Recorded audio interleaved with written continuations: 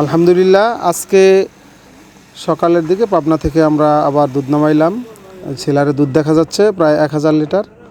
তো এখান থেকে কয়েকশো লিটার দুধ নামিয়ে মিষ্টির জন্য ছানা করা হচ্ছে।